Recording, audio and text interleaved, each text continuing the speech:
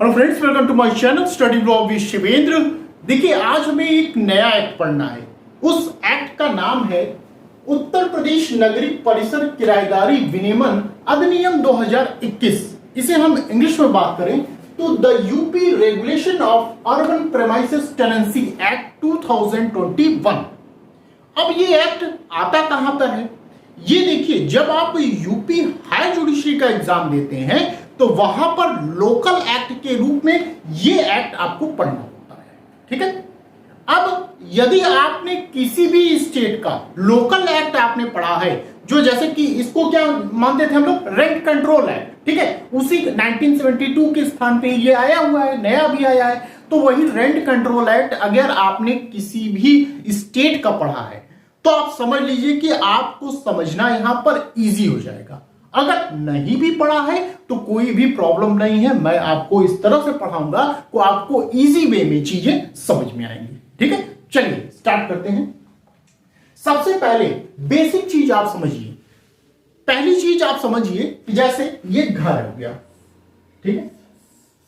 देखिए, रेंट पे तो काफी लोग वो रहे होंगे, खुद वो भूस्वामी रहे होंगे, मकान मालिक कुछ लोग होंगे जो हमें देख रहे होंगे, या वो टेनेंट होंगे, किराएदार भी होंगे। ठीक है, तो यहां तीन लोगों की बात है। अब जैसे समझिए, जैसे एक कौन होता है, भूस्वामी होता है, दूसरा कौन होता है, ओनर होता है, और तीसरा किराएदार। ठीक है, भूस्वामी मतलब लैंडलॉर्ड, ओनर मतलब खुद मालिक उसका, और जो किराएदार मतलब कौन हो गया, टेनेंट हम उसको कहते हैं। ठीक है, लैंडलॉर्ड, भूस्वामी, ओनर खुद का मालिक जो मालिक है स्वयं, और जो टेनेंट मतलब किराएदार।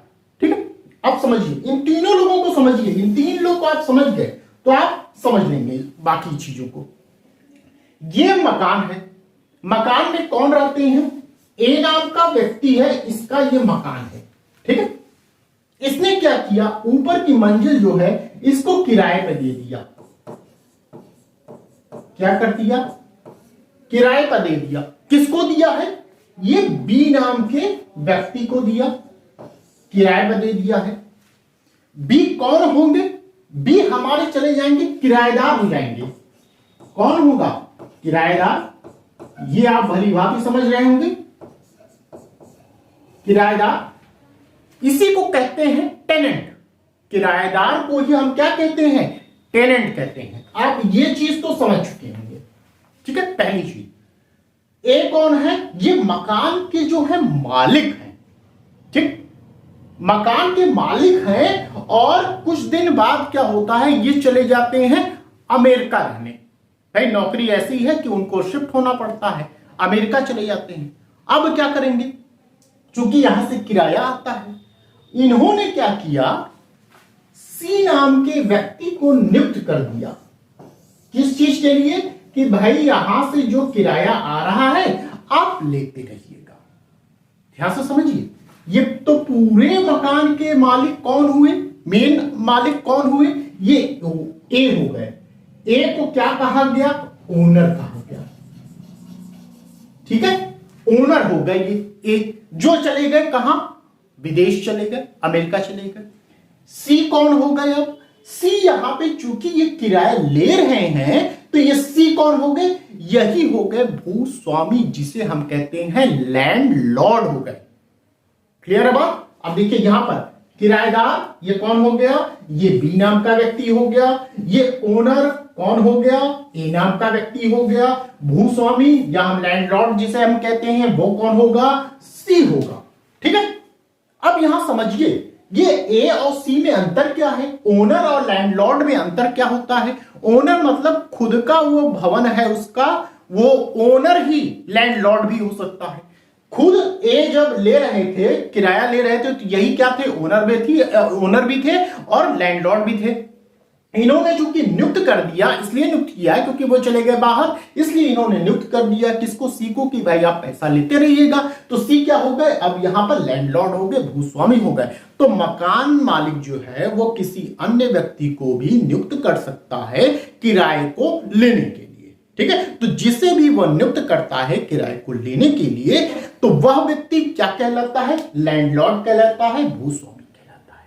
ठीक है, ये तीन चीजें आप भली भांति यहां पर समझ चुके होंगे।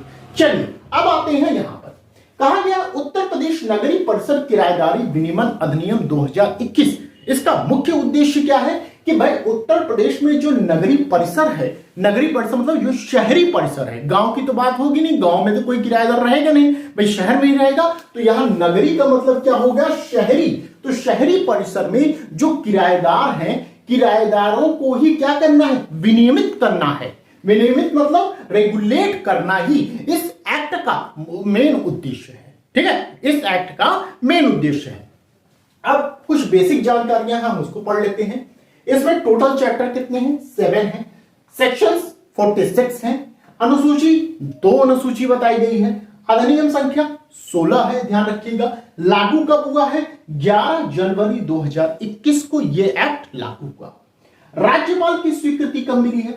24 अगस्त 2021 को राज्यपाल की स्वीकृति मिली, ये ध्यान रखिएगा। ठीक है, तो ये कुछ बेसिक जानकारियां, हो सकता है कि यहां से आपका 1 नंबर का क्वेश्चन बन जाए। ठीक है, अब आते हैं हम चैप्टर पर।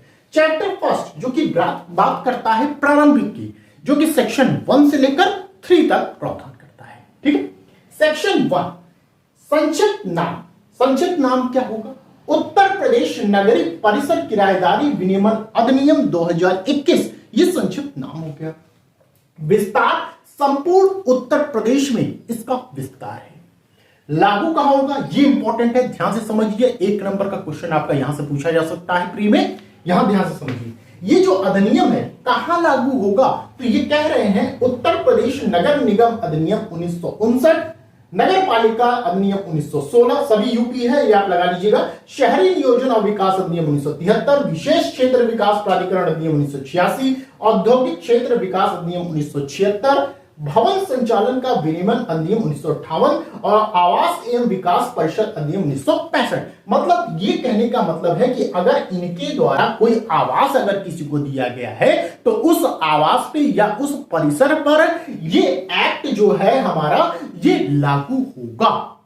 क्लियर है बात? चाहे आपने उत्तर प्रदेश नगर निगम अधिनियम के तहत किसी को परिसर दिया है, अलॉट किया है, तो उस पर भी ये एक्ट लागू होगा। कहने का मतलब सिर्फ इतना है। तो इन लोगों का नाम आपको याद रखना है।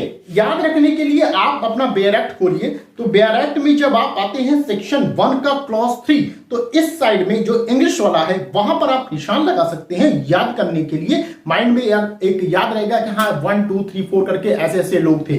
क्या याद करने के लिए? ए में हो गया सिटी एरिया, हो गया म्युनिसिपल एरिया, हो गया डेवलपमेंट एरिया, हो गया स्पेशल डेवलपमेंट एरिया, हो गया इंडस्ट्रियल डेवलपमेंट एरिया, हो गया रेगुलेटेड एरिया, हो गया और क्या हो गया? एवरी एरिया हो गया। तो ये जो एरिया है ना, इन्हीं को याद करने के लिए आप यहां पर गोला कर सकते हैं। ठीक है, कहां पर? सेक्शन 1 की क्लॉज 3 में मैं बात कर रहा हूं, वहां पर आप गोला कर सकते हैं। ठीक है, चलिए आगे चलते हैं हम लोग।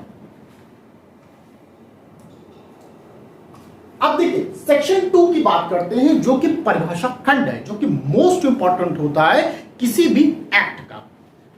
परिभाषाओं में क्या बताया गया? अनिवार्य बाध्यता। अनिवार्य बाध्यता क्या है? ये कहा गया युद्ध, बाढ़, सूखा, अग्नि, चक्रवात, भूकंप, महामारी, ये सब क्या है? ये अनिवार्य बाध्यता है। यहां ये कह रहे हैं कि भाई अगर किराएदारी के दौरान किराएदार अगर है उस पर क्या आ जाती है विपदा?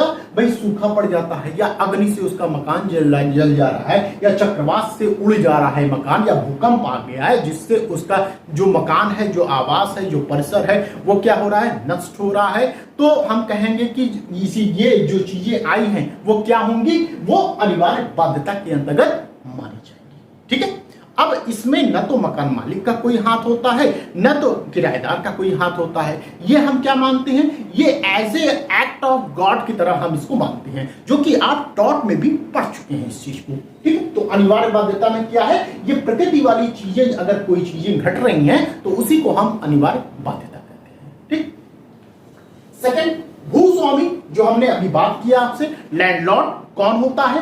यहां पे ये कह रहे हैं सीधी सी बात, भूस्वामी कौन होगा? जो किराया ले रहा है वही क्या होगा? भूस्वामी होगा।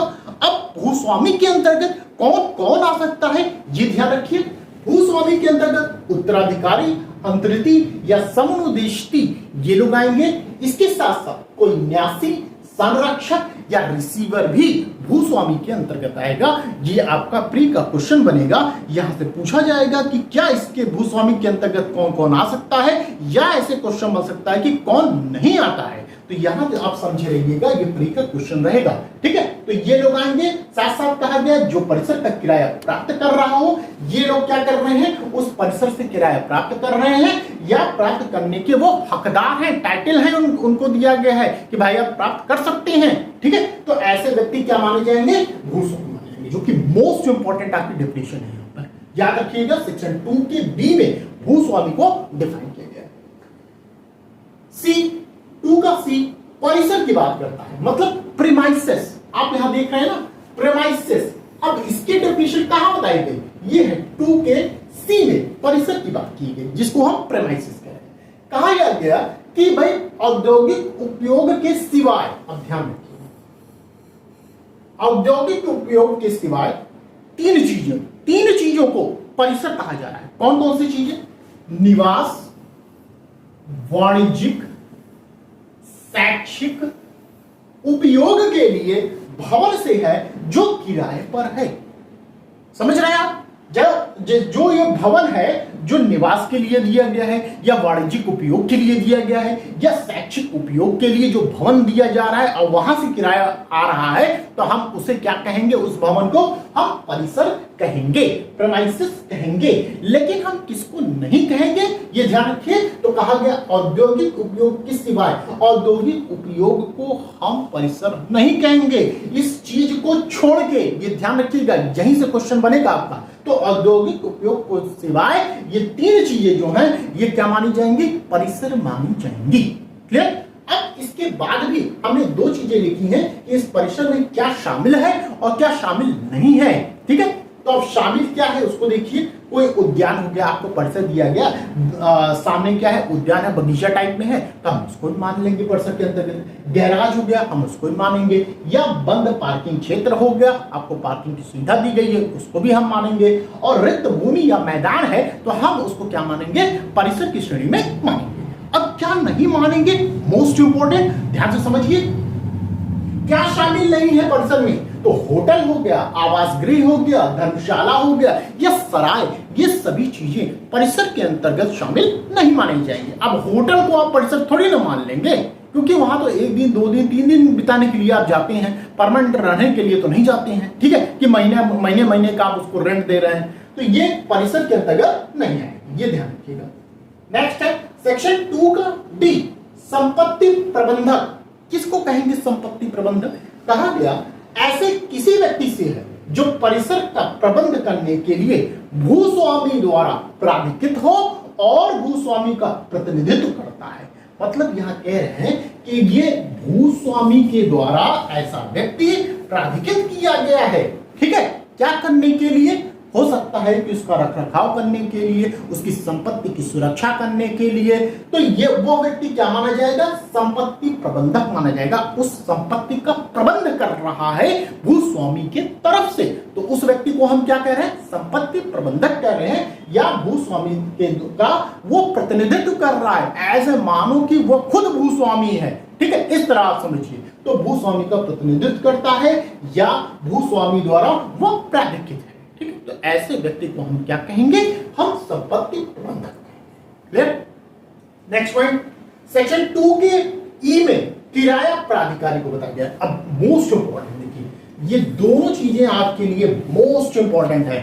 आपके प्री के लिए भी मोस्ट इंपॉर्टेंट है, आपके मेंस के लिए भी मोस्ट इंपॉर्टेंट है। आगे जब आप पढ़ेंगे इसके बारे में थोड़ा सा डिटेल में, तो वहां पे मेंस के लिए भी ये इंपॉर्टेंट हो जाता है। फिलहाल यहां पर प्री के लिए मोस्ट इंपॉर्टेंट है। किराया प्राधिकारी कहां परिभाषित किया गया है, सेक्शन 2 के ई में किराया प्राधिकारी को परिभाषित किया गया है। 2 ही अधिकारी हैं, एक किराया प्राधिकारी होता है, दूसरा किराया अधिकरण होता है। जिसे किराया प्राधिकारी को हम क्या कहते हैं, रेंट अथॉरिटी कहते हैं, जबकि किराया अधिकरण को हम रेंट ट्रिब्यूनल कहते हैं। ठीक है, ये आप जानते रहिएगा। तो किराया प्राधिकारी से क्या मतलब है, तो यहां कहते हैं सेक्शन 30 के अधीन नियुक्त अधिकारी अभिप्रेत है। तो जो जब हम सेक्शन 30 पढ़ेंगे तो वहां हम समझेंगे कि आखिर किराया प्राधिकारी होता कौन है, कौन उसे नियुक्त करता है। ठीक है, इसके विषय में किराया अधिकरण कौन कौन होता है, तो इसी ये बताया गया कि सेक्शन 32 के अधिकरण से है। तो जब हम सेक्शन 32 पढ़ेंगे तो वहां हम जानेंगे कि किराया अधिकरण होता क्या है। ठीक है, संदेह किराया सेक्शन 2 के जी में संदेह किराया को बताया गया है। यहां कहा गया सेक्शन 8 के अधीन किराए से है। तो जब हम सेक्शन 8 पढ़ेंगे तो वहां हम समझेंगे कि संदेह किराया आखिर होता क्या है। ठीक है, सेक्शन 2 के एच में उप किराएदार को बताया गया है। अब उप किराएदार क्या होता है भाई, आप किराएदार तो समझ लीजिए, जैसे मैं मकान मालिक हूं, आप किराएदार हो गए। ठीक है, मैंने आपको रखा है, आप मुझे रेंट देते हैं। अब आपने क्या कर दिया कि आपने एक और किराएदार को रख दिया, तो वो क्या हो गया, उप किराएदार हो गया। तो यहां कह रहे हैं कि किराएदार किराएदारी करार के पश्चात परिसर का संपूर्ण भाग, आप चाहे संपूर्ण भाग दे सकते हैं या आंशिक भाग उप किराए पर दे सकते हैं। ठीक है, तो ये हो गया उप किराएदार। सेक्शन 2 के आई में किराया करार को बताया गया है। ये क्या होता है, कहा गया भूस्वामी और किराएदार के मध्य निष्पादित लिखित करार से है। भाई आपका किराया करार क्या है, ये किराया करार क्यों होता है, भूस्वामी और जो किराएदार है मिल बैठ के ये तय करते हैं कि भाई किराया कितना होना चाहिए। ठीक है, तो ये एक एग्रीमेंट होता है, और ये एग्रीमेंट कैसे होता है, लिखित होता है। तो उसी को कहा जा रहा है किराया करार। आप करार कर रहे हैं, एग्रीमेंट कर रहे हैं, किस चीज का, किराए का कर रहे हैं ना, कि भाई किराया कितना आप लेंगे हमसे मंथली, तो उसी चीज का करार कर रहे हैं। तो उसी को कहा जा रहा है किराया करार। भूस्वामी और किराएदार के मध्य निष्पादित लिखित करार से है, तो हम उसको क्या कर रहे हैं, हम किराया करार कह रहे हैं। ठीक है, चलिए नेक्स्ट देखते हैं। सेक्शन 2 के जे में ये लास्ट हमारी डेफिनेशन है, किराएदार को डिफाइन किया गया। यहां ये कह रहे हैं ऐसे किसी व्यक्ति से है जिसके द्वारा या जिसके लिए या जिसकी ओर से किसी परिसर का किराया किसी किराएदारी करार देखिए आया, अभी पीछे हमने पढ़ा किराएदारी करार के अधीन भूस्वामी को संदेह है। ठीक है, यहां पे क्या करें कि किसी ऐसे व्यक्ति से है कि भाई किराएदारी करार के द्वारा वो क्या करता है, वो पे करता है किराया भूस्वामी को, तो हम उस व्यक्ति को क्या कहते हैं, किराएदार कहते हैं। ठीक है, लेकिन मोस्ट इंपॉर्टेंट आपका प्री का क्वेश्चन बनेगा, किंतु इसके अंतर्गत कौन शामिल नहीं है, तो ध्यान रखिएगा ऐसा कोई व्यक्ति सम्मिलित नहीं होगा। क्या लिखा गया, सम्मिलित नहीं होगा जिसके विरुद्ध बेदखली के लिए कोई आदेश या डिक्री पारित कर दी गई है, तो ऐसा व्यक्ति इस किराएदार के अंतर्गत शामिल नहीं माना जाएगा। क्लियर, चलिए आते हैं लास्ट हमारा सेक्शन 3। यहां ये कह रहे हैं अधिनियम का कतिपय परिसरों पर लागू न होगा। अभी आपने देखा कि कहां ये अधिनियम लागू हो रहा है, अब आप देख रहे हैं सेक्शन 3 में कहां लागू नहीं हो रहा है, कहां लागू हो रहा है, कहां हमने देखा देखिए यहां पर सेक्शन 1 में हमने देखा कहां लागू हो रहा है, ये कहां लागू हो रहा है, इन सब चीजों पे लागू हो रहा है। कहां लागू नहीं हो रहा है, सेक्शन 3 बात करता है। ठीक है, चलिए 3 देखते हैं। सेक्शन 3 ये कह रहा है कि ये अधिनियम कतिपय परिसरों पर, किस परिसर पर, ये परिसरों पर लागू नहीं होगा। ठीक है, चलिए देखते हैं। केंद्र या राज्य सरकार या संघ राज्य क्षेत्र प्रशासन या सरकारी उपक्रम या उद्यम या संविधिक निकाय या छावनी बोर्ड के द्वारा अगर कोई परिसर दे दिया गया है तो उस परिसर पर क्या होगा, ये एक्ट जो है हमारा लागू नहीं होगा। क्लियर बात, चाहे स्टेट गवर्नमेंट के द्वारा चाहे सेंट्रल गवर्नमेंट के द्वारा वो परिसर दे दिया गया है तो वहां पर ये आपका एक्ट लागू नहीं होगा। क्लियर। सेकंड, किसी कंपनी, विश्वविद्यालय या संगठन के द्वारा अगर ये कोई परिसर दे दिया गया है तो वहां भी ये एक्ट लागू नहीं होगा। क्यों इसलिए लागू नहीं होगा कि यदि किसी कंपनी के द्वारा काम करने वाले वर्कर्स हैं, आपने देखा होगा कंपनी के द्वारा खुद अलॉट किया जाता है कि भाई आप काम करेंगे तो मैं आवास की सुविधा मुहैया कराऊंगा, तो उस पर भी ये एक्ट लागू नहीं होगा। या यूनिवर्सिटी है तो यूनिवर्सिटी के कर्मचारी को अगर रूम दिया जा रहा है रहने के लिए तो वहां भी ये एक्ट लागू नहीं होगा। ठीक है। नेक्स्ट, राज्य सरकार द्वारा अधिसूचना के माध्यम से धार्मिक या पूर्त संस्था द्वारा अगर कोई आपका परिसर दिया जा रहा है तो वहां भी ये एक्ट लागू नहीं होगा। ठीक, नेक्स्ट वक्फ अधिनियम। देखिए ये सब चीजें आप याद रखिएगा, यही सब पकड़ेंगे आप।